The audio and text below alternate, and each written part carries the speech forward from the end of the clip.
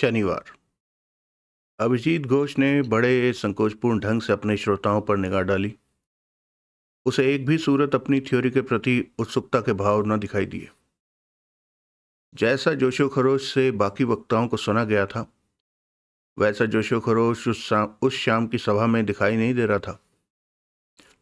हर सूरत पर, सभापति महोदय की सूरत पर सबसे ज्यादा ऐसे भाव थे जैसे अभिजीत घोष प्रोसीजर की आड़ लेकर उनका वक्त बर्बाद करने के अलावा और कुछ नहीं करने वाला था।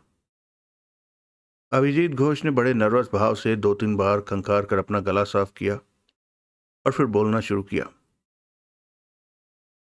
लेडीज एंड जेंटलमैन, मुझे इस बात का पूरा पूरा एहसास है कि मिस रुचिका केजरीवाल का कल का बयान सुन चुकने के बाद आप लोग मुझे सुनना बेमानी मानते हैं।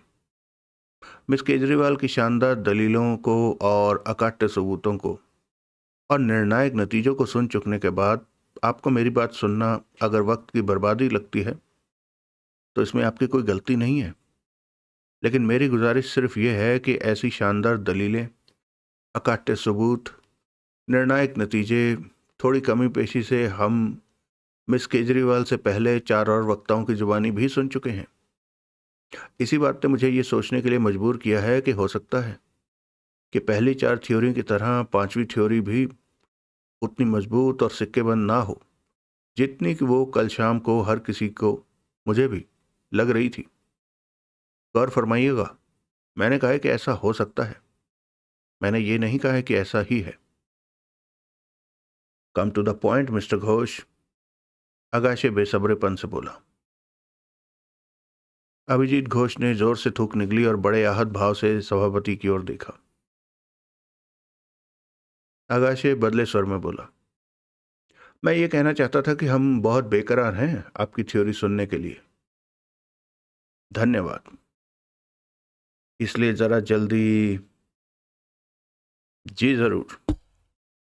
तो मैं ये अर्ज कर रहा था कि क्योंकि मैं आखिरी वक्ता हूं, इसलिए मुझे ये सुविधा सहज ही प्राप्त हो गई है कि मैं अन्य व्यक्तियों की थ्योरियों से, उनकी खूबियों से और उनके नतीजों से दिशा ज्ञान प्राप्त कर सकता हूं। उनको परख कर, उनके विवेचन से मैं अपनी थ्योरी को सुधार सकता हूं, ज़्यादा एक्सेप्टेबल बना सकता हूं। मैं यहाँ हर थ्योरी के हर पहलू का विस्तृत वर्णन करूंगा तो बहुत वक्त लगेगा और मुझे दिखाई दे रहा है कि यहाँ कोई भी श्रोता बहुत वक्त तक मुझे सुनने का ख्वाहिशमंद नहीं है।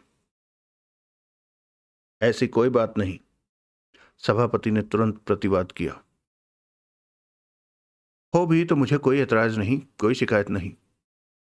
यूं उपस्थित देवियों और सज्जनों का वक्त बर्बाद ना हो, इसलिए मैं घर से एक चार्ट बनाकर लाया हूं जिसकी एक एक प्रति समस्त सदस्यों के अवलोकनार्थ हाजिर है। उसने प्रतियां वितरित की। इस चार्ट में मैंने विभिन्न वक्ताओं को उनके द्वारा सुझाए गए कत्ल के उद्देश्यों को, उनकी थ्योरियों के विशिष्ट आकर्षणों को और उनके द्वारा सुझाए अपराधियों को क्लासिफाई किया है।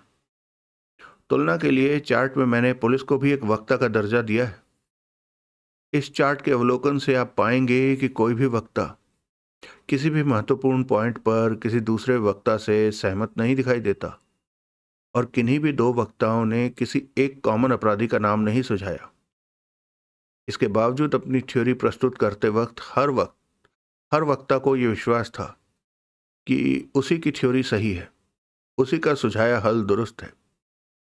मिस्टर अशोक प्रभाकर ने तो न केवल एक हल प्रस्तुत किया, बल्कि पहले अपनी भतीजी को और फिर खुद को ही अपराधी साबित करके दिखाकर इस बात पर जोर दिया था कि तथ्यों को अपने मन माफिक तरीके से तोड़ मरोड़ कर, कुछ को छुपा कर तो कुछ को हाईलाइट करके किसी भी बात से कुछ भी साबित किया जा सकता है।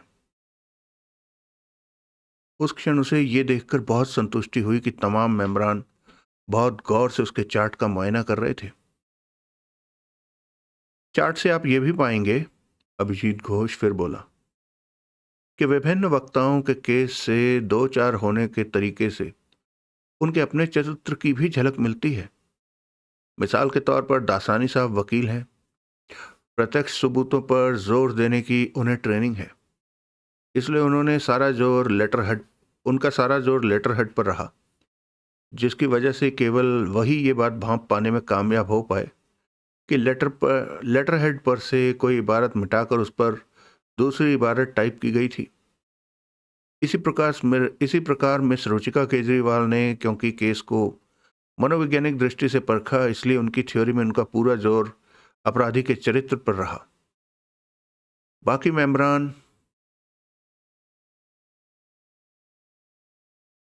मेंबरान ने भी जिन विशिष्ट बातों पर जोर दिया, उनमें उनके मिजाज की, उनकी ट्रेनिंग की, उनकी लाइफ ऑफ बिजनेस की परछाई जरूर थी।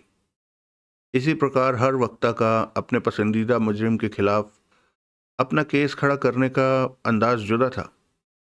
किसी ने इस काम की खातिर दौड़ धूप की जहमत उठाई, किसी ने कागजी कार्रवाई पर जोर रखा, तो किसी ने, मसलन मिस्टर आगाशे ने, दोनों तरीकों को अपनाया। लेकिन तरीका किसी ने कोई भी अपनाया, नतीजा हर किसी ने मुख्तलिफ निकाला। यहां तक कि एक ही उपलब्ध जानकारी से, एक ही स्थापित तथ्य से कई कई नतीजे निकाले गए। कोई मिसाल? अशोक प्रभाकर बोला। मैं अभी पेश करता हूं। आप जासूसी उपन्यासकार हैं, आपके लिए वो मिसाल विशेष रूप से रोचक सिद्ध होगी। वो कैसे? देखिए, जासूसी उपन्यासों में ये धारणा आम पेश की जाती है कि किसी एक तथ्य से एक ही नतीजा निकाला जा सकता है और वही दुरुस्त नतीजा होता है, और उस दुरुस्त नतीजे को सिवाय आपके, जासूस के, दूसरा कोई नहीं भांप सकता। उपन्यास के बाकी चरित्र पड़े अटकलें लगाते रहे, लेकिन नतीजा वही दुरुस्त होगा जो आपका जासूस निकालेगा, और जो एक ही होगा। मेरी इस बात से मिलती जुलती एक बात मिस केजरीवाल ने सोमवार को हाँ और ना की 2 पर्चियों के संदर्भ में कही थी। रुचिका ने सहमति में सिर हिलाया। अब मैं आपको बताता हूं कि क्राइम क्लब की बैठकों में चली केस के डिस्कशन में कैसे एक ही बात से, एक ही उपलब्ध तथ्य से अनेक नतीजे निकाले गए। मैं आपका ध्यान सोराबजी एंड सन्स के उस एक्सक्लूसिव लेटर हेड की तरफ आकर्षित करना चाहता हूं, जिस पर टंकित एक चिट्ठी चॉकलेटों वाले पार्सल में से निकली थी। उस लेटर हेड की एक शीट से पूरे 6 नतीजे निकाले गए। सुनिए कौन कौन से। पहला, अपराधी सोराबजी एंड सन्स का वर्तमान या भूतपूर्व कर्मचारी था। दूसरा, अपराधी का सोराबजी एंड सन्स में फिक्स डिपॉजिट था। तीसरा, अपराधी प्रिंटिंग प्रेस चलाता था या उसकी किसी प्रिंटिंग प्रेस तक पहुंच थी। चौथा, अपराधी कोई वकील था जिसके किसी केस के जरिए सोराबजी एंड सन्स से ताल्लुकात थे और मैनेजिंग डायरेक्टर सोराबजी के ऑफिस में जिसका आना जाना था। पांचवा, अपराधी सोराबजी एंड सन्स के किसी भूतपूर्व कर्मचारी का कोई सगा संबंधी था। छठा, अपराधी प्रिंट आर्ट नाम की स्टेशनरी की दुकान का सम्मानित ग्राहक था। आप नोट करेंगे कि ये 6 नतीजे सोमवार से लेकर कल तक हमारे विभिन्न वक्ताओं ने एक इकलौते लेटर हेड से समय समय पर निकाले। सब एक दूसरे के काट करते दिखाई देते हैं। बहुत बढ़िया, अशोक प्रभाकर बोला। मैंने सिर्फ लेटर हेड की मिसाल दी है। अभिजीत घोष तनिक शर्माता हुआ बोला, जबकि केस में यही अहम दर्जा रखने वाले और भी सूत्र उपलब्ध हैं, जैसे टाइपराइटर, जहर, हर चॉकलेट में उसकी निश्चित मिकदार, पोस्टमार्क वगैरह। इन तमाम सूत्रों से भी आधी आधी दर्जन नतीजे निकाले गए, और इन्हीं बेशुमार नतीजों में से हर किसी ने अपनी पसंद का अपराधी चुना। और आपका इत्तेफाक? अगाशे बोला, किसी भी मेंबर के चुनाव से नहीं? जी हाँ, इसलिए मैंने कल आपसे प्रार्थना की थी कि आप पुलिस के पास जाना 24 घंटों के लिए मुलतवी कर दें। यानी कि आपकी निगाह में अभी कोई और ही अपराधी है? जी हाँ। अगाशे के चेहरे पर अविश्वास के भाव आ गए थे। वो बोला, कौन? मैं तरतीब से बताता हूं, घोष बोला। कैसे भी बताइए, हम सुन रहे हैं। Thank you. पहले मैं उस थ्योरी का हल्का सा जिक्र करना चाहता हूं जिसके अंतर्गत कल कल शाम मिस रुचिका केजरीवाल ने दुष्यंत परमार को अपराधी साबित करके दिखाया था। मिस केजरीवाल की शानदार थ्योरी की तमाम खूबियों को कबूल करते हुए मैं ये कहना चाहता हूँ कि परमार को अपराधी करार देने के लिए इनके पास जो दो प्रमुख कारण हैं वो ये हैं कि एक तो जैसा चरित्र मिस केजरीवाल ने अपनी थ्योरी में अपने अपराधी का निर्धारित किया था, दुष्यंत परमार एन वैसे ही चरित्र का आदमी था। दूसरा ये कि दुष्यंत परमार के अंजना निगम से ताल्लुकात स्थापित होते थे और इन ताल्लुकात का मिस केजरीवाल ने अपनी थ्योरी में ऐसा खाका खींचा था कि परमार का अंजना निगम से पीछा छुड़ाने के लिए उसके कत्ल के बारे में सोचना बहुत स्वाभाविक लगता था। आप टाइपराइटर के बारे में क्या कहते हैं? छाया प्रजापति बोली, जो कि परमार के खिलाफ अकाट्य सबूत है। मैं वहीं पहुंच रहा था, अभिजीत घोष तनिक हड़बड़ा कर बोला। लेकिन पहले मैं एक और बात का जिक्र करना चाहता हूं जिसे कि मिस केजरीवाल दुष्यंत परमार के खिलाफ महत्वपूर्ण सबूत मानती हैं और जिसके लिए इन्होंने कल यहां बहुत वाहवाही हासिल की थी। ये कहती हैं कि प्रिंट आर्ट की सेल्स गर्ल सुनीता सूद ने इनकी दिखाई न केवल परमार की तस्वीर पहचानी थी बल्कि नाम लेकर उसकी शिनाख्त की थी। इस संदर्भ में मेरा सवाल यह है कि क्या उस सेल्स गर्ल ने परमार को अपनी स्पेशल फाइल से सराबजी एंड सन्स का लेटर हेड चुराते भी देखा था? जाहिर है कि नहीं देखा था। देखा होता तो क्या वो उसे यूं चोरी करने देती? तो फिर तस्वीर की शिनाख्त से क्या साबित हुआ? मैं कहता हूं कुछ भी नहीं। क्यों कुछ भी नहीं? रुचिका केजरीवाल भड़क कर बोली। इससे यह साबित हुआ कि वारदात के दिन से पहले वो वहां एक बार गया था और हालात का इशारा यही है कि वो वहां से लेटर हेड चुराने गया था। नहीं है हालात का ये इशारा, अभिजीत घोष पहली बार तनिक जिद भरे स्वर में बोला। आपको, सिर्फ आपको लगता है ऐसा, और ये कथित हालात का इशारा आप जबरन हमारे सिर पर थोपना चाहती हैं क्योंकि परमार को अपराधी साबित करती आपकी थ्योरी पर यह फिट बैठता है। आप ये कहना चाहते हैं कि परमार वहां नहीं गया था? बिल्कुल नहीं, वो जरूर वहां गया होगा। आप कहती हैं वो एक बार वहां गया था, मैं कहता हूं कि वो 100 बार वहां गया था और फिर भी वहीं जाएगा। क्यों? क्योंकि वो अपनी स्टेशनरी की तमाम ज़रूरतें प्रिंट आर्ट से पूरी करता है। वो पिछले 5 साल से प्रिंट आर्ट का रेगुलर कस्टमर है, इसलिए सुनीता सूद ने निसंकोच उसकी तस्वीर पहचानी थी और बाई नेम उसकी शिनाख्त की थी। बढ़िया कंपनियों की मुस्तैद सेल्स गर्ल्स अपने स्टडी कस्टमर्स को बाई नेम याद रखती ही हैं। मिस केजरीवाल, आप शिनाख्त से ही खुश होकर वहां से लौट ना आई होती, आपने सेल्स गर्ल से ये सवाल भी किया होता कि पिछली बार वो शख्स जिसकी कि वो शिनाख्त कर रही थी किस लिए वहां आया था, तो वो आपको बताती कि वो अपना नाम पता छपे वो लिफाफे वहां कलेक्ट करने आया था जिनका 1 हफ्ता पहले खुद वहां जाकर उसने ऑर्डर दिया था। रुचिका ने जोर से थूक निकली। इस बाबत कल छाया जी परमार को संदेह लाभ देने के लिए इसलिए तैयार थी क्योंकि किसी चीज का किसी के अधिकार में होना स्थापित कर देने से ही यह स्थापित नहीं हो जाता कि उसने उस चीज का इस्तेमाल भी किया था। इस संदर्भ में मेरा यह कहना है कि वास्तव में तो आप लेटर हेड का परमार के अधिकार में होना स्थापित कर ही नहीं सकी थी। वो तो छाया जी के संदेह लाभ का तलबगार ही नहीं। रुचिका चुप रही। अब हौजर 707 पेन की सुनिए, जो कि आप कहती हैं कि आपने परमार के घर में उसकी राइटिंग टेबल पर पड़ा देखा था।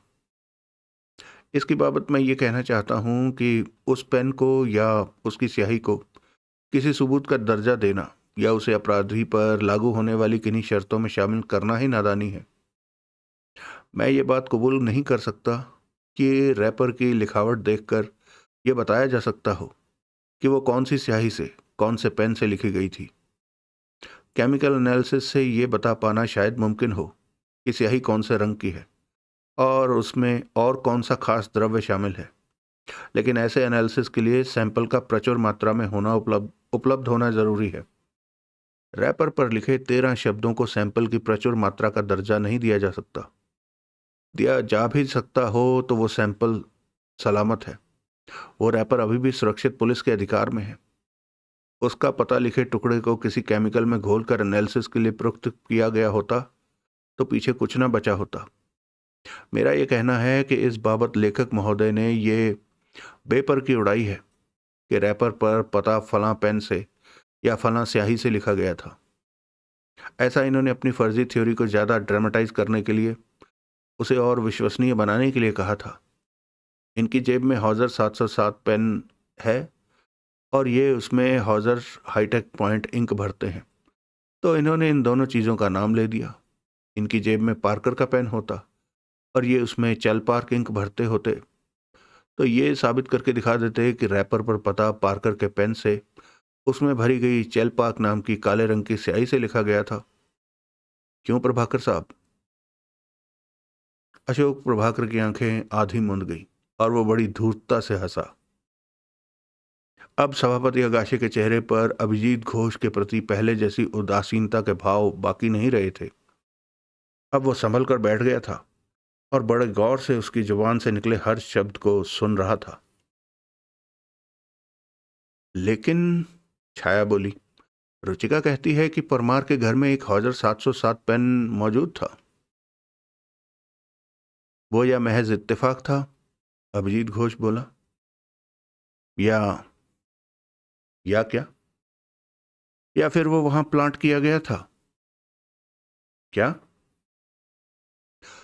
विश्व विज्ञान विश्वकोश और मर्डर्स बाय पॉइजन नामक उन दो पुस्तकों की तरह, जो कि मिस केजरीवाल कहती हैं कि उनकी मिल्कियत थी, लेकिन जो उन्होंने परमार के घर में मौजूद पाई थी। मैं तो इसे भी कोई बड़ी बात नहीं समझूंगा कि उन दोनों पुस्तकों की अपने घर में मौजूदगी की अभी दुष्यंत परमार को कोई खबर तक न हो। हमारे सभापति महोदय कल पुलिस के पास चले जाते तो परमार के यहाँ पुलिस ही पहुंचती, तो परमार को उन पुस्तकों की वहां मौजूदगी की खबर लगती। आपका कहना है, अगाशे बोला, कि वो पुस्तकें रुचिका के होटल के कमरे से परमार ने नहीं चुराई? नहीं चुराई। तो फिर किसने चुराई? हत्यारी ने। हत्यारी ने? आपका चुनिंदा मुजरिम कोई औरत है? जी हां। कौन? सोचिए। मिस्टर घोष, रुचिका भुनभुनाई हुई बोली, आप ये कहना चाहते हैं कि मैं परमार की मेरी गैर हाजिरी में मेरे हॉस्टल के कमरे में आमद की बाबत झूठ बोल रही हूं? नहीं, आप ऐसा लचर झूठ क्यों बोलेंगी, खास तौर से तब जबकि आप अपनी रूममेट की सूरत में उस विजिट का एक गवाह भी पेश कर सकती हैं। तो फिर मेरा यह कहना है कि वो किताबें उसने वहां से नहीं चुराई। तो फिर वो वहां क्या करने आया था? ये मैं आगे बताऊंगा, जबकि मैं उसके हत्यारी से ताल्लुकात स्पष्ट करूंगा। अभी मैं सिर्फ ये कहना चाहता हूं कि टाइपराइटर के अलावा कल आपके द्वारा दुष्यंत परमार के खिलाफ कही गई तमाम बातें उथली और भ्रामक हैं।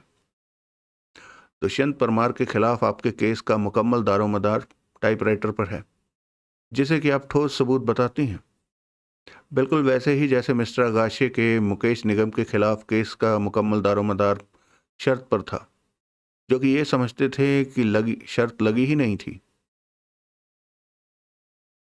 टाइपराइटर वाले सबूत से, छाया प्रजापति बोली, पार नहीं पाएंगे आप। मैडम, अभिजीत घोष आहत भाव से बोला, पार पाने जैसी कोई कोशिश तो मेरी है ही नहीं। आपके ऐसा कहने से तो यूं लगता है जैसे मैं महज एक मजाक के तौर पर मिस केजरीवाल की थ्योरी में नुक्स निकालने की कोशिश कर रहा हूं, जैसे मेरी इस कोशिश की बुनियाद शरारत या अदावत है। ऐसा तो नहीं है। मैं तो वही कुछ कर रहा हूं जो मेरे से पहले क्लब के बाकी मेंबरान कर चुके हैं। मैं तो असली अपराधी का पता लगाने की एक नाचीज कोशिश कर रहा हूं। हम आपकी कोशिश की कद्र करते हैं, अगाशे बोला। बहरहाल बात टाइपराइटर की हो रही थी। जी हाँ, और मैं ये अर्ज कर रहा था कि टाइपराइटर परमार के खिलाफ उतना ठोस सबूत नहीं है जितना कि यह समझा जा रहा है। वो सबूत है ही नहीं। क्या? जी हाँ। लेकिन कैसे? ये मामूली बात है। मुझे हैरानी है कि ये किसी को सूझा क्यों नहीं। पहेलियां ना बुझाइए मिस्टर घोष। ये कोई पहेली नहीं है जनाब। मेरे सामने तो सारी बात शुरू से ही दिन की तरह स्पष्ट थी। यहाँ मैं पहले ही कहना चाहता हूँ कि मेरी तुच्छ राय से मुजरिम की काबिलियत की बाबत हमारे सभापति महोदय का कथन सही था और मिस केजरीवाल का कथन गलत था। सभापति महोदय ने अपने बयान में मुजरिम को एक आला दिमाग शातिर मुजरिम करार दिया था, जबकि मिस केजरीवाल की राय में अपराधी या उसकी प्लानिंग इतनी तारीफ के काबिल नहीं थी। मुजरिम की हकीकत में आला दिमाग और शातिर होने का यही पर्याप्त सबूत है कि उसने तमाम उपलब्ध सबूतों को इस ढंग से सजाकर पेश किया कि उसके आधार पर अगर किसी पर शक किया जाता तो वो बदकिस्मत इंसान दुष्यंत परमार ही होता। हर सबूत उस पर चस्पा किया गया, उसके खिलाफ प्लांट किया गया। मिस्टर घोष, छाया प्रजापति बोली, for God's sake come to the typewriter. But haven't I already come madam? Abhijeet Ghosh हड़बड़ाकर बोला। जब मैं सबूतों का जिक्र तमाम सबूत कहकर कर रहा हूं तो क्या टाइपराइटर भी इनमें शामिल नहीं है? आपका मतलब है वो सबूत भी फर्जी है, गढ़ा हुआ है? अशोक प्रभाकर बोला। रिग्ड? दासानी बोला। परमार के सिर थोपा गया है? अगाशे बोला। जी हां। अभिजीत घोष ने चारों सवालों का एक ही जवाब दिया। कैसे?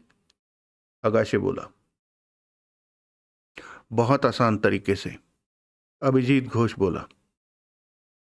जाहिर है कि हत्यारे की परमार के हाउस होल्ड में पहुंच थी। अब जिस मुजरिम को हौजर 707 पेन, विश्व विज्ञान विश्वकोश नामक ग्रंथ और मर्डर्स बाय पॉइजन नामक पुस्तक उस घर में प्लांट कर आने की सलाहियत हासिल थी, तो क्या वहां पड़े टाइपराइटर पर पार्सल के पत्ते की 4 सतरें टाइप करके नहीं ला सकती थी? पहले रैपर पर और फिर मिसाल के लिए नमूना पेश करने के लिए सादे कागज पर। सब चौंके, सब सीधे होकर बैठ गए। सब ने ये नए सम्मान के साथ अभिजीत घोष को देखा। अब उन्हें एहसास होने लगा कि अपनी बारी पर बोलने की जिद करके वक्त बर्बाद करने का अभिजीत घोष का कोई इरादा नहीं था। अशोक प्रभाकर बोला, मिस्टर घोष, दम तो है आपकी बात में। अगाशे बोला, अब आगे आपका ये दावा तो नहीं कि आप ये भी जानते हैं कि ये सब कुछ किया किसने है? जानता तो हूं, अभिजीत घोष धीरे से बोला। क्या? जानता हूं जनाब, और एक तरह से आप ही लोगों के बताए जानता हूं। एक नहीं, दो नहीं, पूरी 5 इतनी शानदार थ्योरियों को सुनने का सौभाग्य मुझे प्राप्त ना हुआ होता तो अपनी बारी आने पर मुझे खेद प्रकाश करना ही पड़ता। मिस केजरीवाल को याद हो तो मैंने इस सिलसिले की शुरुआत में कहा था कि मुझे तो पता भी नहीं था कि प्रैक्टिकल इन्वेस्टिगेशन कैसे होती है। यानी कि जैसी दौड़ धूप बाकी मेंबरान ने की, वैसी अगर मुझे करनी पड़ती तो मेरे हाथ तो कुछ भी न लगता। मेरी बारी आखिरी होने की वजह से अब तो एक तरह से मुझे पकी पकाई मिल गई है। अब तो मैंने तमाम उपलब्ध थ्योरियों के सच और झूठ को एक छलनी में डालना था और छलनी को तब तक चलाते रहना था जब तक कि सारा झूठ छन ना जाए और सिर्फ सच छन्नी में रह ना जाए। साहिबान, असलियत जानने के लिए मैं तो एक छन्नी की तरह इस्तेमाल में आया था। छन्ने के लिए जो कुछ था वो तो आप लोगों का माल था। तफ्तीश के लिए मिला जो 1 हफ्ता आप साहिबान ने इतनी आला थ्योरियां तैयार करने में सर्फ किया, वो मैंने हाथ पर हाथ रखे बैठकर इसी फिक्र में गुजारा कि मैं अपनी बारी आने पर अपनी कमतरी कबूल करके अपनी नाक कटने से कैसे बचाऊंगा। हफ्ता गुजर गया। आप साहिबान ने अपनी दौड़ धूप मुकम्मल भी कर ली और मैं अभी स्टार्टिंग लाइन पर खड़ा था। यही वजह है कि जब दासानी साहब ने अपनी थ्योरी पेश की तो मुझे पूरा यकीन हो गया था कि अपराधी पार्वती परमार थी। अगले ही रोज मुझे छाया जी ने भी ये यकीन दिला दिया कि मुजरिम दासानी साहब थे। मिस्टर प्रभाकर ने खुद को अपराधी साबित करती जो थ्योरी प्रस्तुत की थी, उस पर मुझे एतबार नहीं आया था, लेकिन इनकी दलीलों से मैं इतना प्रभावित हुआ था कि अगर ये अपने सिवाय किसी और का नाम लेते तो मैं बेहिचक उसे अपराधी कबूल कर लेता। लेकिन इनकी तिरस्कृत प्रेमिका वाली थ्योरी मुझे बहुत दमदार लगी। यही एक इकलौता आइडिया था जो शुरू से ही मेरे जहन में भी था। मेरी शुरू से ही ये मान्यता थी कि ये कत्ल दुष्यंत परमार की किसी तिरस्कृत प्रेमिका का काम था।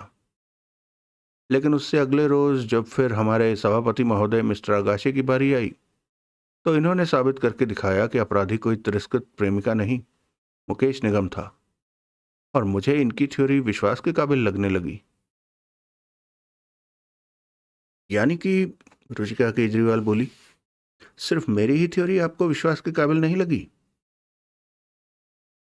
मैं बहुत संकोच से ऐसा कह रहा हूं मिस केजरीवाल, लेकिन असल में बात यही है। आई सी, रुचिका शुष्क स्वर में बोली।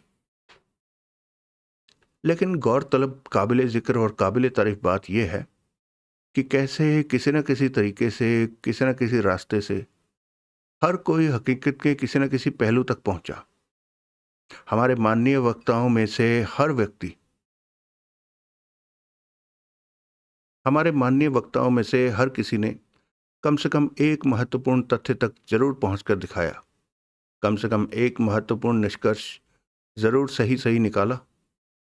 आपकी जानकारी के लिए मैं सोमवार के बाद से ही मीटिंग के बाद हर रोज घर जाकर मीटिंग की मुकम्मल कार्रवाई को कागज पर उतारता था और उसकी हाइलाइट्स को अलग नोट करता था। यूं यहां जो कुछ भी कहा गया उसका पूरा रिकॉर्ड मेरे पास उपलब्ध है। वेरी गुड, अगाशे बोला। इस बात से प्रेरणा लेकर मैं प्रस्तावित करता हूं कि भविष्य में क्राइम क्लब की मुकम्मल कार्रवाई को टेप रिकॉर्डर पर टेप किया जाए। सबने उस प्रस्ताव का अनुमोदन किया। बहरहाल, अभिजीत घोष बोला, कल सारी रात में अपने उन नोट्स को लेकर बैठा और सच और झूठ को छानकर अलग करने की कोशिश करता रहा। लेडीज एंड जेंटलमैन, मुझे खुशी है कि मैं अपनी कोशिश में कामयाब रहा। किसका क्या कहा सही लगा आपको? अगाशे बोला।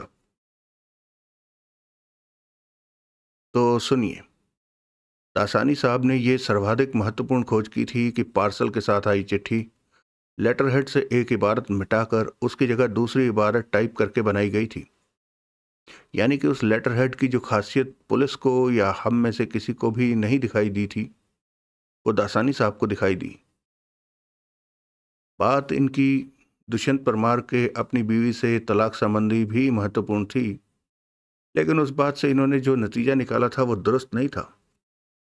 कर्टसी मिस रुचिका केजरीवाल ये पार्वती परमार को अपराधी नहीं साबित कर पाए थे। मिस केजरीवाल की लखनऊ में मौजूदगी की वजह से ये पार्वती परमार की दिल्ली में मौजूदगी स्थापित नहीं कर पाए थे। हमारी माननीय सदस्या मिस केजरीवाल ने ही पार्वती परमार की एलिबाई निकल आई थी कि दिल्ली में चॉकलेटों वाला पार्सल पोस्ट किए जाने के समय पार्वती परमार मिस केजरीवाल के साथ लखनऊ में गोमती के किनारे शहीद स्मारक के सामने खड़ी थी। दैट्स अ फैक्ट, रुचिका बोली। मिस छाया प्रजापति ने रुचिका की बात की ओर ध्यान दिए बिना अभिजीत घोष बोलता रहा। मिस छाया प्रजापति ने अपनी बारी पर जो मार्के की बात हमें बताई, उनमें से एक तो ये थी कि अपराधी या तो कोई क्रिमिनोलॉजिस्ट था या अपराध से दो चार होना जिसके कारोबार का अंग था। ये बात मैडम ने 100% सच कही थी। अपराध से दो चार होना मेरी अपराधनी की नौकरी का हिस्सा है। दूसरे, इन्होंने भी प्रेम तिकोन पर जोर दिया, लेकिन उसमें मार्के की बात यह थी कि इन्होंने ये सुझाया कि दुष्यंत परमार को विवाह दासानी से कोई मोहब्बत नहीं थी। वो तो बाप की दौलत हथियाने के लिए बेटी से शादी करना चाहता था। ये बात भी मैडम ने 100% सच कही, क्योंकि अगर ऐसा ना होता, अगर दुष्यंत परमार को सच में विवाह दासानी से मोहब्बत होती, तो फिर अंजना निगम की जगह विभा दासानी का कत्ल हुआ होता। ओ माय गॉड, दासानी के मुंह से निकला। यहां तो अशोक प्रभाकर बोल उठा, फिर तिरस्कृत प्रेमिका वाली थ्योरी सिर उठा रही है, जो कि खुद आपकी थ्योरी की स्टार अट्रैक्शन थी। अभिजीत घोष बोला। मिस्टर प्रभाकर, मैं एक बात की आपको बधाई देना चाहता हूं कि मेरी राय में केस के असली हल के सबसे करीब सिर्फ आप पहुंचे थे। आपने खुद अपने खिलाफ जो केस घड़ा था उसके भी कुछ नतीजे चौंका देने वाले थे, जैसे नाइट्रोबेंजीन के इस्तेमाल से निकाले गए आपके नतीजे की कि अपराधी को आदतन नीट एंड क्लीन और नफासत पसंद होना चाहिए, जो कि आधुनिक नौजवान लड़कियां होती ही हैं, कि अपराधी को रचनात्मक मस्तिष्क का स्वामी और हर कार्य को योजनाबद्ध तरीके से करने का आदी होना चाहिए। अब अपराध से दो चार होना जिस नौजवान युवती की नौकरी का हिस्सा होगा, उसकी कल्पना हम रचनात्मक मस्तिष्क की स्वामिनी के रूप में कर सकते हैं। उससे हम ये भी अपेक्षा कर सकते हैं कि वो हर कार्य को योजनाबद्ध तरीके से करने की आदी होगी। लेकिन जो सबसे दूर की कौड़ी आप लाए मिस्टर प्रभाकर, वो ये थी कि अपराधी को विश्व विज्ञान विश्वकोश की एक प्रति उपलब्ध होनी चाहिए थी। शुक्रिया। अब जबकि आप कबूल कर ही चुके हैं कि हौजर 707 पेन और हौजर हाईटेक पॉइंट इंक संबंधी अपनी शर्त नंबर 7 और 8 में आपने बेपर की उड़ाई थी, तो मैं निसंकोच कह सकता हूं कि आपकी छठी शर्त के अलावा मुझे आपकी बाकी तमाम शर्तों से इत्तेफाक है। पेन वाली बात बेपर की ना भी हो तो भी वो किसी काम की नहीं। पेन तो लोग डाकखाने में, रेलवे स्टेशन पर, कमेटी के दफ्तर में, कहीं भी 4 अक्षर लिखने के लिए नितांत अजनबी से उधार मांग लेते हैं। पेन की तो बिसात ही क्या है। मेरी अपराधिनी ने तो टाइपराइटर पराये से काम चलाया है। छठी शर्त से आपको क्या ना इत्तेफाकी है? अशोक प्रभाकर बोला। मुझे ये बात कबूल नहीं कि पार्सल पोस्ट करने के लिए अपराधी को खुद 1:15 और 2:45 के बीच जनपद पर मौजूद होना चाहिए था। जनपद तो क्या, उसका दिल्ली में भी मौजूद होना जरूरी नहीं था। यानी कि ये काम उसने किसी से करवाया? जी हाँ। लेकिन यहाँ आम राय तो ये है कि अपराधी ने अपना ऐसा कोई अकॉम्प्लिस, ऐसा कोई जोड़ीदार खड़ा करने से परहेज किया होगा।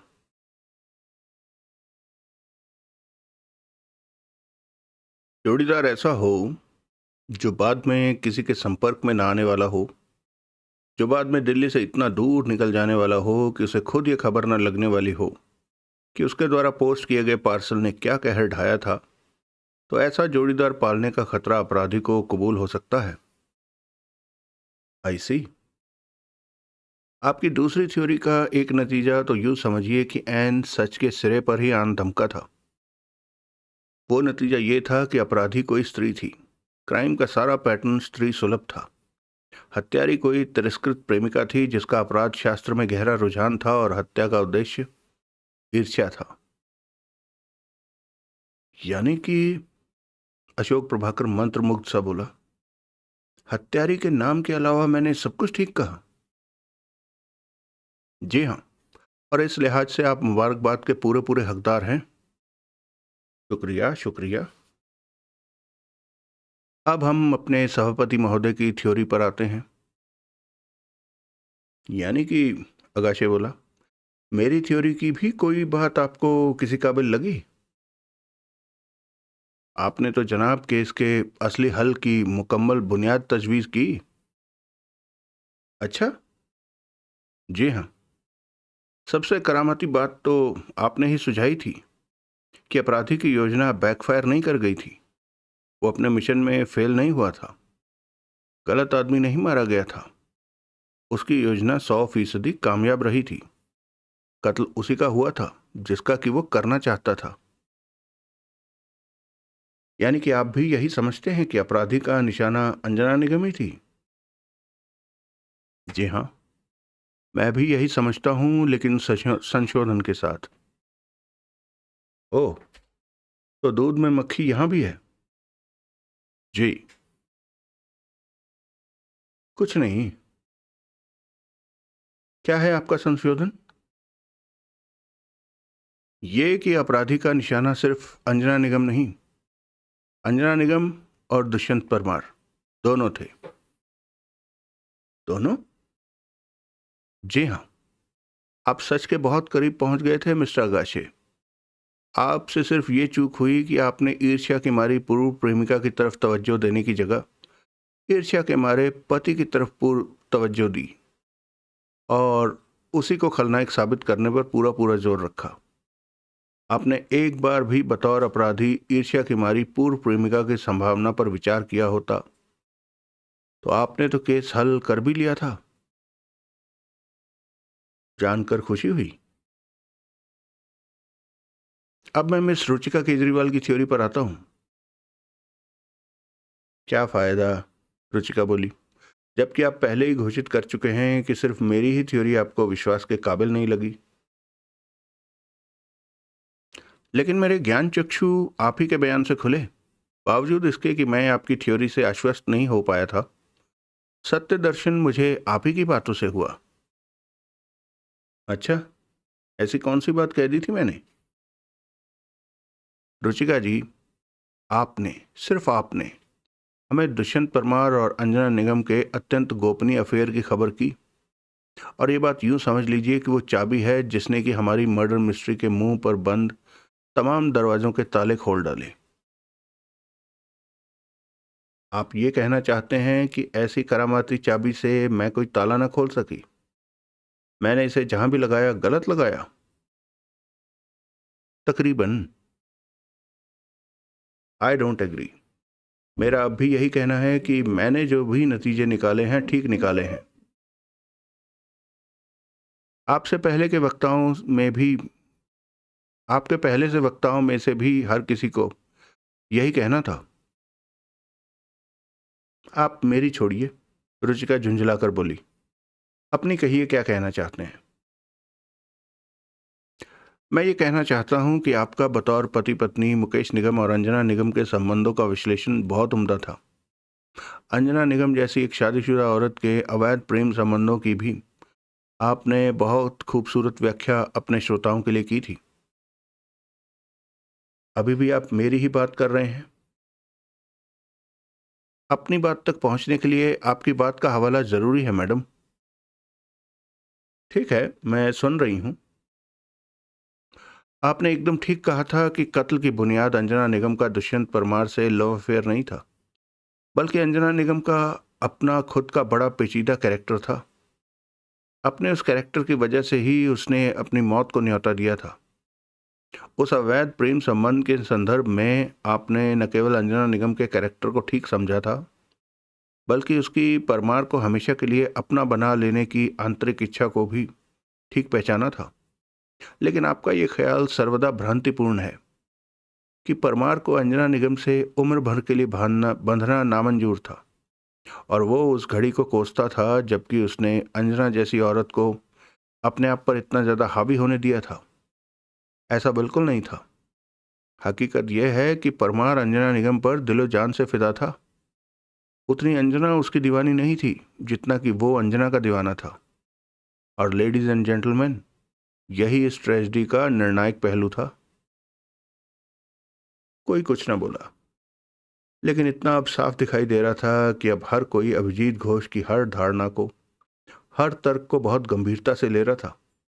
रुचिका की थ्योरी पर से अभी उनकी निष्ठा घटी मालूम नहीं होती थी, लेकिन अब ऐसा माहौल बन गया था कि ऐसा हो जाता तो कोई हैरानी की बात ना होती। अभिजीत घोष महफिल में एकाएक हो उठी अपनी पूछ से मन ही मन आनंदित होता हुआ बोला, मिस केजरीवाल की कही एक और बात से भी मैं पूरी तरह से सहमत हूं। वो ये कि हत्यारी को हत्या की तरकीब मर्डर्स बाय पॉइजन नामक उस पुस्तक से सूझी थी जिसकी एक प्रति मिस केजरीवाल के पास थी, लेकिन जो अब हत्यारी के सौजन्य से दुष्यंत परमार के घर में प्लांट हो चुकी है। दूसरी करामाती बात इन्होंने ये बताई कि वारदात वाले दिन की सुबह मुकेश निगम की हाजिरी शिवालिक क्लब में दूसरी करामाती बात इन्होंने ये बताई कि वारदात वाले दिन की सुबह मुकेश निगम की हाजिरी शिवालिक क्लब में जरूर लगे, इसका बाकायदा षड्यंत्र रचा गया था। लेकिन इस षड्यंत्र के तहत सलमा शाह बनकर मुकेश निगम को फोन अंजना निगम ने नहीं किया था।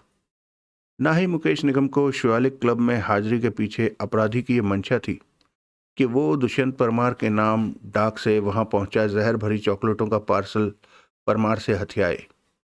हकीकत यह है कि परमार और अंजना निगम की लंच अपॉइंटमेंट कैंसिल हो गई थी।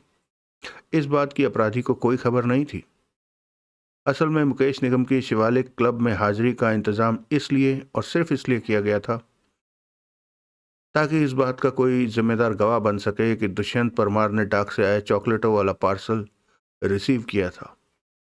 इसके पीछे मंशा ये थी कि उन चॉकलेटों के संदर्भ में दुष्यंत परमार का नाम मुकेश के जहन में ऐसा ठुक जाए कि अंजना निगम की मौत के बाद जब ये तथ्य सामने आए कि वो मौत कैसे हुई, तो पुलिस की तवज्जो भले ही किसी और की तरफ भी चली जाए, मुकेश निगम को शक के काबिल शख्स सिर्फ दुष्यंत परमार ही दिखाई दे। हत्यारे की योजना के अनुसार अगर सब कुछ चलता तो अंजना निगम होटल क्राउन में ही मर गई होती या अस्पताल जाकर मर गई होती, जहाँ की वो होटल क्राउन के बहुत बुरे जहाँ की वो होटल क्राउन से बहुत बुरे हाल में पहुंचाई जाती। यूं उनके प्रेम संबंधों का राज फाश हो जाता और ये बात भी आम हो जाती कि कैसे अंजना निगम अपनी मृत्यु को प्राप्त हुई। ऐसे माहौल में जब दुष्यंत परमार भी अपने घर में मरा पड़ा पाया जाता तो यही समझा जाता कि हालात से घबराकर उसने आत्महत्या कर ली थी। आपका मतलब है कि हत्यारी उसकी यूं हत्या करती कि वो आत्महत्या लगती? अगाशे नेत्र फैलाकर बोला। जी हां। कैसे? क्या पता कैसे, वो कत्ल तो हुआ ही नहीं। मुमकिन है वो किसी तरीके से उसे नाइट्रोबेंजीन का ही तगड़ा डोज दे देती और कुछ जहर भरी चॉकलेटें उसके इर्द गिर्द बिखरा देती। बहरहाल इस बात की मेरी गारंटी है कि हत्यारी की मूल योजना के अनुसार जान दोनों की ही जानी थी। दुष्यंत परमार क्योंकि खुद मर गया होता, इसलिए अंजना निगम के कत्ल के संदर्भ में उसके खिलाफ जो षड्यंत्र गढ़ा गया था उसको नकारने के लिए वो मौजूद ना होता। ओ, लेकिन हकीकत में हालात हमेशा वही रुख इख्तियार नहीं करते जिसकी अपेक्षा हत्यारे ने अपनी योजना के अंतर्गत की हुई होती है।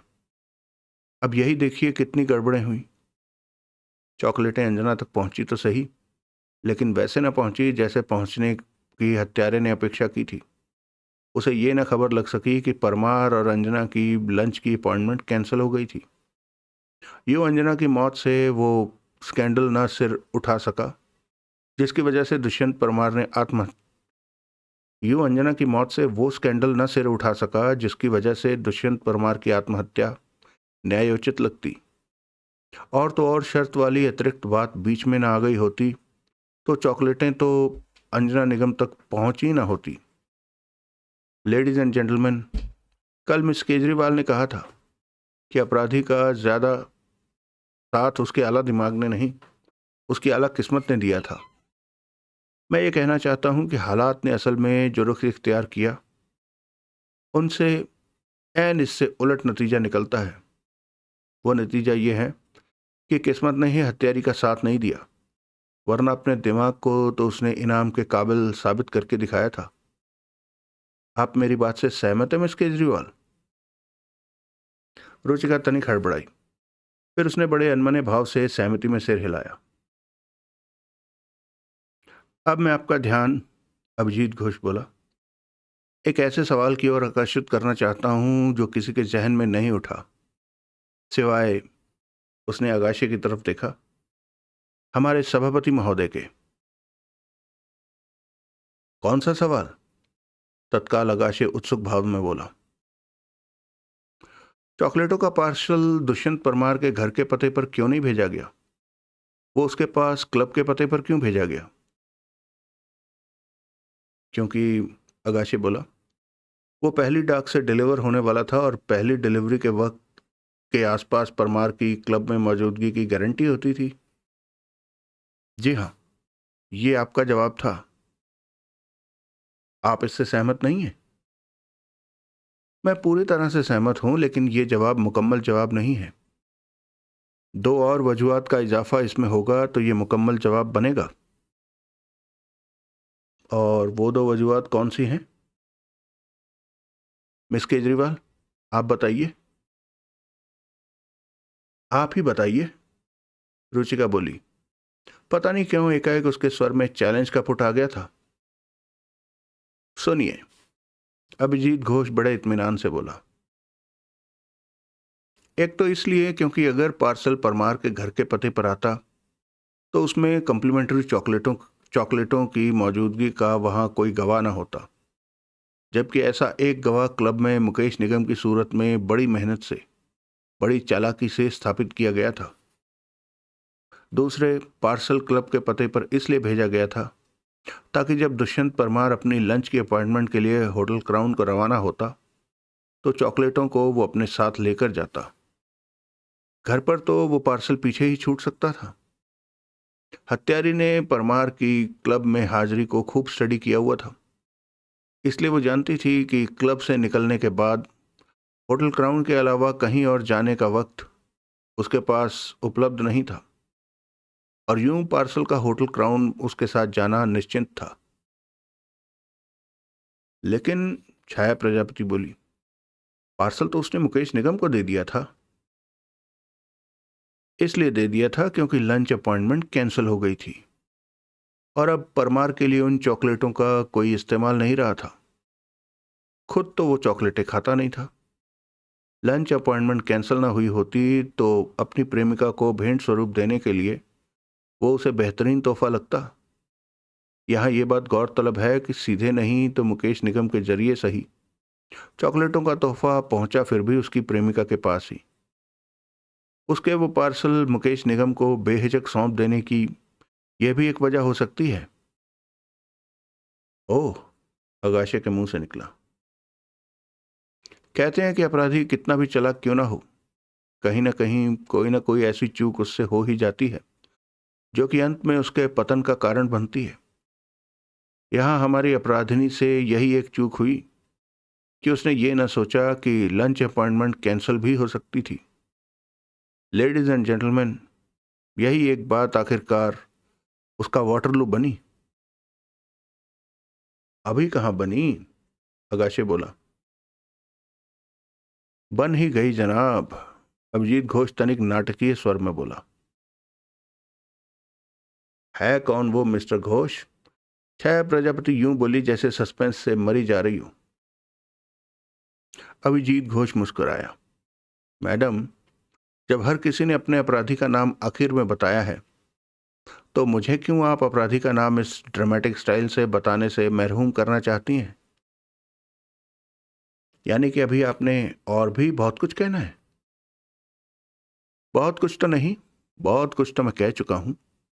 तकरीबन मुद्दों पर तो मैं उपस्थित देवियों और सज्जनों का संशय निवारण कर ही चुका हूं। लेटर हेड के बारे में एक बात और कहना चाहता हूं। दरअसल सोराबजी एंड सन्स का लेटर हेड इसलिए इस्तेमाल किया गया था क्योंकि हत्यारी ने कत्ल का औजार जहर भरी चॉकलेटों को बनाना था, और सोराबजी एंड सन्स ही इकलौती चॉकलेट निर्मात्री फर्म थी जिसकी स्टेशनरी प्रिंट आर्ट से सप्लाई होती थी। क्या मतलब? छाया प्रजापति के माथे पर बल पड़े। मेरे पल्ले तो कुछ भी नहीं पड़ा। क्या कहना चाहते हैं आप? मैं कोशिश करता हूं समझाने की। देखिए, हत्यारी को इस बात की पहले से खबर थी कि दुष्यंत परमार अपनी स्टेशनरी के मामले में प्रिंट आर्ट का पक्का ग्राहक था और वहां अक्सर आता जाता था। अब अगर हत्यारी ने लेटरहेड का चोर परमार को स्थापित करना था तो वो लेटरहेड किसी ऐसी कंपनी का होना जरूरी था जिसकी स्टेशनरी प्रिंट आर्ट से छपती हो और जिसकी स्टेशनरी के नमूने उसकी सैंपल फाइल में उपलब्ध हों। तभी तो ये साबित किया जा सकता था, जैसे कि अपनी थ्योरी में मिस केजरीवाल ने किया था, कि वहां की सैंपल फाइल से लेटरहेड परमार ने चोरी किया था। ओह, यानी कि हम सब, अगाशे बोला, लेटरहेड के मामले में तांगे को घोड़े के आगे जोत रहे थे। यानी कि अगर दुष्यंत परमार का स्टेशनरी सप्लायर कोई और होता तो हत्यारी ये पता लगाती कि वहाँ कौन सी चॉकलेट बनाने वाली कंपनी की स्टेशनरी छपती है। यानी कि उसकी योजना के लिए परमार का और किसी चॉकलेट निर्माता कंपनी का एक ही प्रिंटिंग एंड स्टेशनरी शॉप का ग्राहक होना जरूरी था।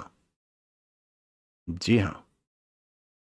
सबके चेहरों पर प्रशंसा के भाव आए, सिवाय रुचिका केजरीवाल के चेहरे पर। अभिजीत घोष उसकी मास्टरपीस थ्योरी की परत दर परत उधेड़ता चला जा रहा था। उद्देश्य के बारे में क्या कहते हैं आप? सभापति अगाशे बोला। आपका इशारा ईर्ष्या की तरफ था, लेकिन आपने तफसील से इस बाबत कुछ नहीं कहा। उद्देश्य की बाबत क्या कहते हैं आप? जनाब, मैं ईर्ष्या से ज्यादा बदले पर जोर देना चाहता हूं, अभिजीत घोष बोला। या दोनों का दखल मान लीजिए। यूं कह लीजिए कि हत्यारी दुष्यंत परमार से बदला लेना चाहती थी और अंजना निगम से उसे ईर्ष्या थी। परमार से बदला?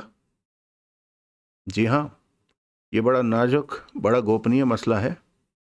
ये मेरी हत्यारी का टॉप सीक्रेट है कि हमारे लॉर्ड बायरन की माशूकों की लंबी लिस्ट में वो भी शुमार थी। कभी वो भी दुष्यंत परमार की चहेती थी, जो अब तिरस्कृत प्रेमिका बन चुकी थी, अशोक प्रभाकर बोला। जी हाँ, लेकिन कभी सिर्फ मेरी हत्यारी को ही परमार से नहीं, दोनों को एक दूसरे से गहरी मोहब्बत थी। अपनी आदत से मजबूर दुष्यंत परमार और औरतों पर लार तो तब भी टपकाता था, लेकिन ये एक अंडरस्टैंडिंग उन दोनों में स्थापित थी कि तफरीहन वो कहीं भी मुंह मारता फिरे। लेकिन इस मामले में गंभीर ख्यालात उसके मेरी हत्यारी की बाबत ही रहे। यानी कि, अशोक परमार बोला। नहीं, यानी कि, अशोक प्रभाकर बोला, हम बिस्तर होने को तैयार दासियां वो अपने हरम में जितनी मर्जी भर्ती कर ले, लेकिन रानी का दर्जा उसके अलावा किसी का ना हो। Very well said sir, Abhijit Ghosh बोला। बल्कि यूं कहिए कि पटरानी का दर्जा उसके अलावा किसी और का ना हो। मेरी हत्यारी पढ़ी लिखी, आधुनिक और आज़ाद ख्याल है, इसलिए जिस मर्द से उसे प्यार था उसकी छोटी मोटी एडवेंचरों को वो नज़रअंदाज कर सकती थी। उन दोनों में ये क्लियर अंडरस्टैंडिंग थी कि परमार का अपनी बीवी से तलाक होते ही वो उससे, मेरी हत्यारी से, शादी कर लेगा। ये तब की बात है जबकि परमार ने तलाक के कागजात दफ्तर दाखिल नहीं किए भी नहीं थे और बीवी पार्वती परमार को उसके और मेरी हत्यारी के अफेयर की कोई खबर नहीं थी। लेकिन बाद में जब तलाक का मामला आगे बढ़ा तो परमार ने पाया कि अपनी फ्रीडम हासिल करने की उसे इतनी बड़ी कीमत अदा करनी पड़ रही थी कि आर्थिक दृष्टिकोण से तो उसे नंगा हो जाना था। इसलिए उसने मोहब्बत की खातिर शादी करने की जगह दौलत की खातिर शादी करने का फैसला किया। यह फैसला, अशोक प्रभाकर बोला, आपकी हत्यारी को तो गवारा नहीं हुआ होगा। इस फैसले से मायूसी तो उसे होनी ही थी, अभिजीत घोष बोला। लेकिन गवारा इसे उसने ये सोचकर कर लिया कि परमार को आखिरकार विवाह दासानी से कोई मोहब्बत तो थी नहीं। उस शादी का मकसद तो महज माली सहूलियत हासिल करना था और यूं परमार की दौलत की खातिर ऐसी लड़की से हुई शादी भी जिससे कि परमार को कोई मोहब्बत नहीं थी, खुद मेरी हत्यारी के परमार की निगाह में रुतबे और दर्जे में कोई विघन नहीं बनने वाली थी। परमार की भलाई में इसे वक्त की जरूरत मानकर मेरी हत्यारी ने हालात से समझौता कर लिया और परमार को विवाह दासानी के, जिसे कि वो दौलत के अलावा किसी भी लिहाज से अपनी प्रतिद्वंदिता के काबिल नहीं मानती थी, पीछे पड़ा रहने दिया। उसकी ये खुशफहमी बनी रही कि शादी परमार बेशक विवाह दासानी से कर ले, तहे दिल से मोहब्बत वो सिर्फ उससे करता था। सिर्फ वही परमार का सच्चा प्यार थी। उसके बाकी तमाम रिश्ते या स्वार्थ पूर्ति के थे या क्षणिक आकर्षण के। अभिजीत घोष ठटका। उसकी निगाह पैन होती हुई सारे सदस्यों के अति गंभीर चेहरों पर फिरी। फिर वो बोला, यहां तक तो सिलसिला ठीक था मेरी हत्यारी के लिए, लेकिन फिर एक अप्रत्याशित घटना घटित हो गई। दुष्यंत परमार को न सिर्फ उससे मोहब्बत न रही, बल्कि वो अंजना निगम पर बुरी तरह से मर मिटा। सिर्फ मर ही न मिटा, बल्कि उसका दिल जीतने में कामयाब भी हो गया। विभा दासानी के बाद ये परमार का ताज़ा तरीन अफेयर था और अंजना निगम के नुक्ता निगाह से इस अफेयर का बहुत ही सच्चा खाका मिस केजरीवाल ने हमारे सामने खींचा था। अलबत्ता दुष्यंत परमार की नुक्ता निगाह से ये इतनी कामयाब नहीं हो सकी थी। आई सी, रुचिका शुष्क स्वर में बोली। अब मेरी हत्यारी को अपने जहन में रखकर सूरत हाल का मुलाहिजा फरमाइए। दुष्यंत परमार तलाक लेकर अपनी आज़ादी हासिल कर रहा है। विभा दासानी से उसका अफेयर का समापन हो रहा है, क्योंकि उससे शादी की उसे ख्वाहिश या ज़रूरत ही नहीं रही। अपनी अंतरात्मा के बोझ के नीचे दबी शरीफ औरत अंजना निगम को इसी में अपनी मुक्ति दिखाई देती है कि वो अपने पति से तलाक लेकर परमार से शादी कर ले। परमार को ये शादी बहुत बहुत मंजूर है, क्योंकि एक तो उसे सच में ही उससे मोहब्बत हो चुकी है और दूसरे दौलत के मामले में वो अंजना निगम को विभा दासानी से कहीं ज़्यादा सूटेबल कैंडिडेट पाता है। यानी कि जैसे दोनों के पुरजोर इरादे थे, दुष्यंत परमार और अंजना निगम का गठबंधन होकर रहना था। अब देखिए इस तस्वीर में वो युवती कहाँ फिट होती है जिसे कि मैं हत्यारी समझता हूँ। वो कहीं भी फिट नहीं होती। अब उसे ना परमार के नाम पर अपना दावा दिखाई देता है और ना उसकी मोहब्बत पर। साहिबान, ऐसी स्थिति को अंग्रेजी की एक कहावत में, जिससे कि यकीनन आप सब वाकिफ होंगे, यूं बयान किया गया है कि hell hath no fury like a woman discarded women scorn. एक मिनट। Hell hath no fury like a women scorn. तिरस्कृत स्त्री से बड़ा कहर जहन्नुम भी नहीं है। सॉरी दोस्तों, ये मिस प्रिंटिंग की वजह से ना, खासतौर पे जहाँ अंग्रेजी हिंदी में लिखी हुई है वहाँ वर्ड्स बहुत उल्टे सीधे हैं। खैर,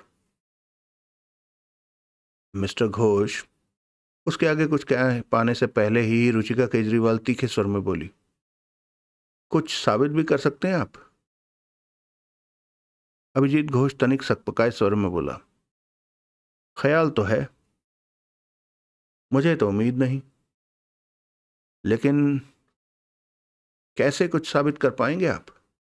आपने खुद ही तो कहा कि आपके पास सिर्फ थ्योरियां ही थ्योरियां हैं, और वो भी आपने हम ही लोगों की कही बातों से निकाली हैं। यूं जुबानी जमा खर्ची से ही कुछ साबित होता है मिस्टर घोष? लेकिन मैंने कुछ हाथ पांव भी मारे हैं। अभिजीत घोष हड़बड़ाया सा बोला, आप लोगों ने जितना ना सही, लेकिन छोटा मोटा फील्ड वर्क तो मैंने भी किया है। ये नई खबर है। मसलन क्या किया है आपने?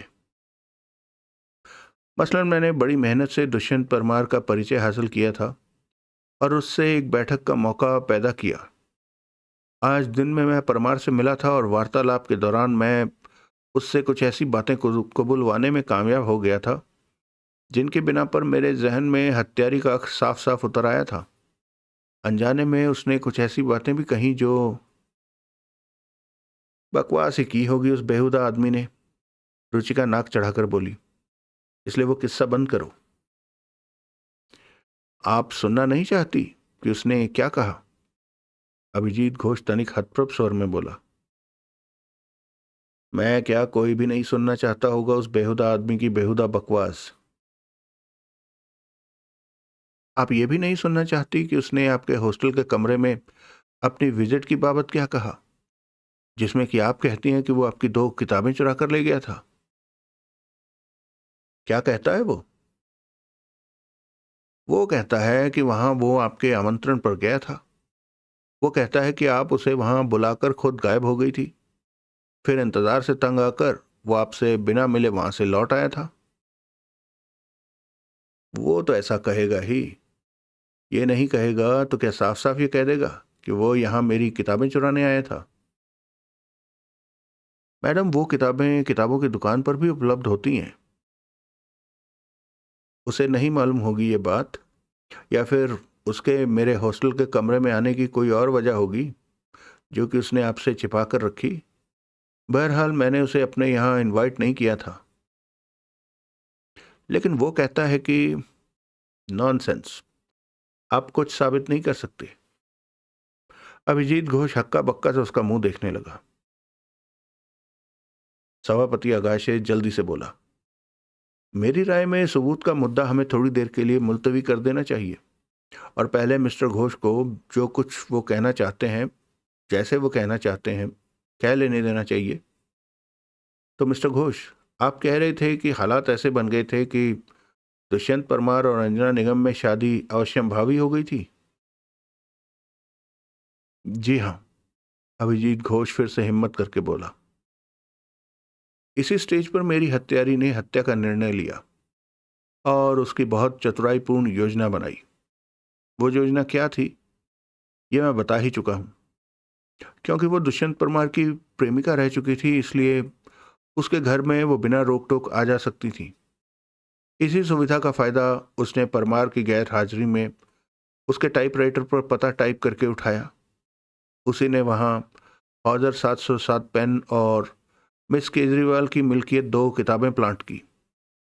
उसी ने सलमा शाह जैसी आवाज़ बनाकर मुकेश निगम से बात की। किसने किसने छाया प्रजापति व्यग्र भाव से बोली। क्या हम में से कोई उस औरत को जानता है? हम सब जानते हैं, अभिजीत घोष सहमे स्वर में बोला। और वो मनीमन परमार की प्रेमिकाओं की लिस्ट पर निगाह दौड़ाता हुआ अगस्त्य बोला, परमार की कोई भूतपूर्व प्रेमिका है? जी हाँ, लेकिन मुझे उम्मीद नहीं कि उसका नाम आपकी लिस्ट में होगा। उसने परमार से अपने अफेयर को इतना ज़्यादा गोपनीय रखा था कि मुझे तो यकीन है कि उसका नाम आपकी लिस्ट में नहीं होगा। जनाब, हमारे लॉर्ड बायरन दुष्यंत परमार का वो एक दुर्लभ अफेयर था जिसकी किसी को खबर नहीं। ये कैसे हो सकता है? क्या वो मिलते जुलते नहीं थे? मिलते जुलते तो यकीनन थे, इसके बिना अफेयर कैसे चल सकता है? किसी ने कभी उन्हें इकट्ठे नहीं देखा? देखा।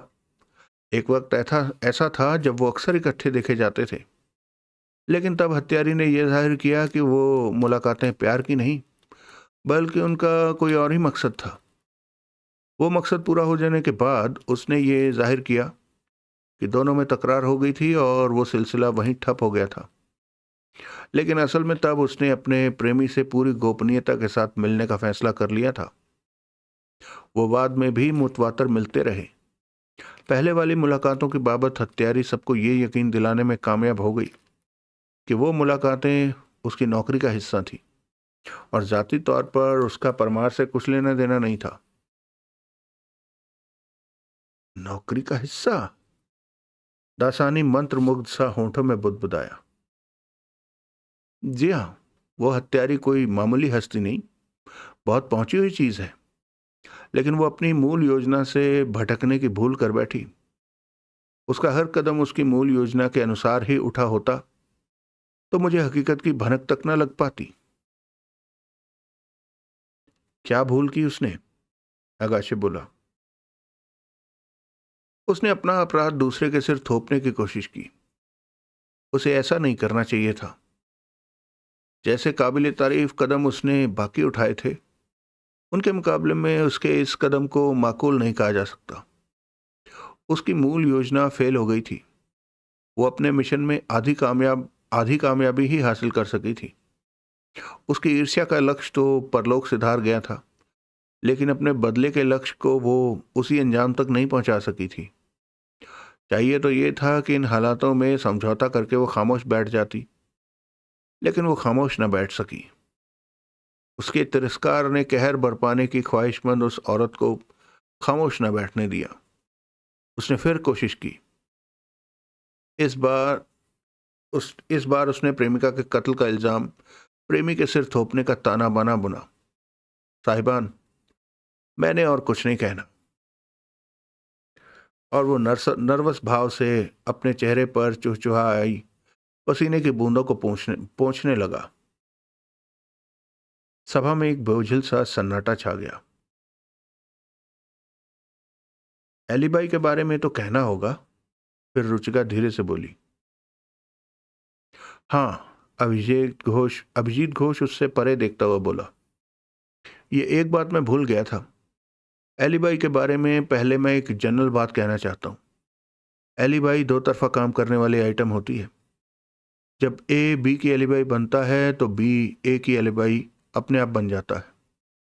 मसलन अगर मिस्टर आगाशे ये कहीं कि फलां तारीख को फलां वक्त इन्होंने मुझे बम्बई में गेटवे ऑफ इंडिया के सामने देखा था, तो ये अपने आप ही स्थापित हो जाता है कि उस वक्त वो दिल्ली से सैकड़ों मील दूर मुंबई में थे। बात, रुचिका बोली, आपकी हत्यारी की एलिबाई की हो रही थी। वही हो रही है। मेरी राय में एलिबाई का ख्याल हत्यारी को एक सुखद संयोग की वजह से बाद में आया था। बाद में तब आया था जबकि संयोगवश हत्यारी को अपनी एक वाकिफकार शख्स के लखनऊ में होने की खबर लग गई थी और उसे यह भी मालूम हो गया था कि 16 नवंबर की दोपहर को उसने दिल्ली में होना था, जहां कि 2 दिन ठहरकर उसने फ्रांस चले जाना था। वो शख्स टॉम डेकर नाम का एक फोटो जर्नलिस्ट था, जो कि शुक्रवार 16 नवंबर को सुबह की फ्लाइट से लखनऊ से दिल्ली आया था और पार्लियामेंट स्ट्रीट के कनॉट प्लेस वाले सिरे पर स्थित पार्क होटल में ठहरा था। और साहिबान, आप जानते ही हैं कि पार्क होटल और जनपथ के इंडियन ऑयल के सामने वाले लेटर बॉक्स के बीच मुश्किल से 200 गज का फासला है। आपका कहना है, अगाशे बोला, कि वो पार्सल उस आदमी ने पोस्ट किया जिसका नाम आप टॉम डेकर बता रहे हैं? जी हाँ, और जो मेरी हत्यारी का हम पेशा है, जिसे मेरी हत्यारी ने दिल्ली जाकर पोस्ट करने के लिए लखनऊ में पार्सल सौंपा, जो 15 तारीख की रात को लखनऊ गई। जो 15 तारीख की रात को लखनऊ गई ही उस पार्सल को टॉम डेकर के मत्थे मरने थी, ताकि उसे एलिबाई हासिल हो सकती, ताकि अगर पूछताछ होती तो ये स्थापित होता कि पार्सल पोस्ट किए जाने के वक्त तो वो दिल्ली से मीलों दूर लखनऊ में थी। लेकिन अशोक प्रभाकर ने तीव्र प्रतिवाद किया। वो शख्स दिल्ली एयरपोर्ट पर उतरते ही पार्सल को वहीं किसी लेटर बॉक्स के हवाले कर सकता था। वो उसे एयरपोर्ट से पार्लियामेंट स्ट्रीट के लंबे रास्ते पर कहीं पोस्ट कर सकता था। वो पार्क होटल पहुंचकर भी पार्सल को पोस्ट करना रात तक के लिए मुलतवी कर सकता था। वो पार्सल को पोस्ट करने के लिए किसी वेटर को सौंप सकता था, जो कि किसी गलत लेटर बॉक्स में किसी गलत वक्त उस पार्सल को पोस्ट कर सकता था। इनमें से किसी भी एक बात का नतीजा ये निकल सकता था कि पार्सल अगले रोज पहली डाक से शिवालिक क्लब ना पहुंचा होता और आपकी हत्यारी की सारी स्कीम धरी की धरी रह जाती। ऐसा कुछ नहीं होने वाला था, अभिजीत घोष सकुचाता सा बोला। क्यों? क्यों नहीं होने वाला था? क्योंकि हत्यारी ने उस शख्स को यह पट्टी पढ़ा दी होगी कि वो पार्सल वास्तव में प्राप्तकर्ता के लिए उसके जन्मदिन का तोहफा था और उसका एक खास वक्त पर उसके पास पहुंचना जरूरी था। यही वजह उसने पार्सल को लखनऊ में पोस्ट ना करने की बताई होगी।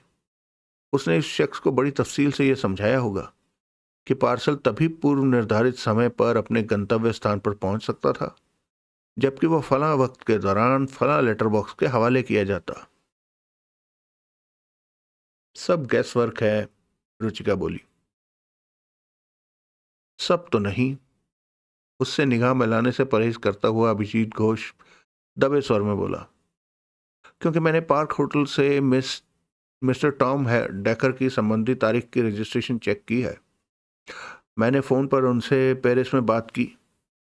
मैंने इलाहाबाद फ़ोन करके पार्वती परमार से भी बात की। लखनऊ में जिसकी सोबत में रुचिका केजरीवाल एकाएक उठ खड़ी हुई। उसने सामने मेज पर पड़ा अपना हैंडबैग उठाया और अपार व्यवस्था का प्रदर्शन करती हुई बोली, बहुत देर हो गई, मेरी तो कहीं फिक्स टाइम अपॉइंटमेंट है। सभापति महोदय, मैं इजाज़त चाहती हूँ। हाँ जरूर, तनिक हकबकाया सा आगाशे बोला।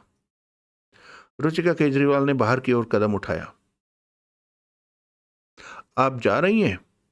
अभिजीत घोष पीछे से बोला। रुचिका ठिठकी और उसकी ओर घूमी। कोई ऐतराज? वो अपलक उसकी ओर देखती हुई बोली। बिल्कुल भी नहीं, लेकिन। क्या लेकिन? कुछ हाँ ना तो कर जाती।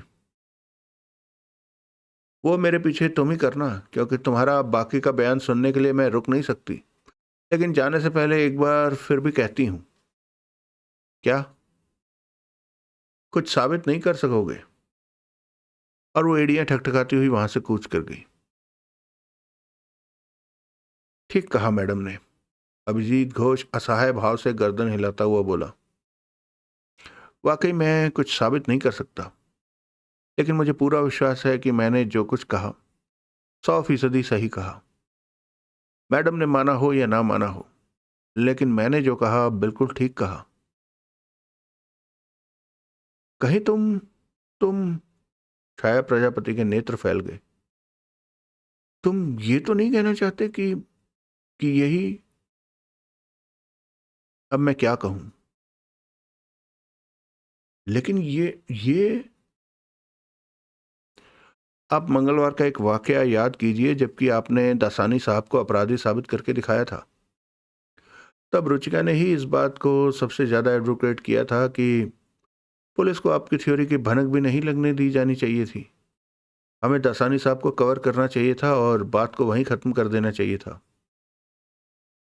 ऐसा कि उन्होंने इसलिए नहीं कहा था क्योंकि केवल वही निश्चित रूप से जानती थी कि दासानी साहब का कत्ल से कुछ लेना देना नहीं, क्योंकि उसने कातिल दुष्यंत परमार को साबित करके दिखाना था। कोई कुछ ना बोला, जो कि उसने निहायत खूबसूरती से करके भी दिखाया। लेकिन साहिबान, ये शर्त किस लिए कि पुलिस को केस के हल से अवगत कराते समय उसके नाम का जिक्र न किया जाए? क्या इसलिए कि जब दुष्यंत परमार को पता चलता कि उसके लिए विपत्ति खड़ी करने के पीछे रुचिका का और सिर्फ रुचिका का हाथ था, तो वो उससे अपने पुराने अत्यंत गोपनीय प्रेम संबंधों की सारी पोल खोल देता? ऐसा हो जाता तो क्या परमार के खिलाफ कत्ल के केस में रुचिका भी एक पार्टी न बन जाती? सबके सिर सहमति में हिले। कोई कई क्षण कोई कुछ न बोला।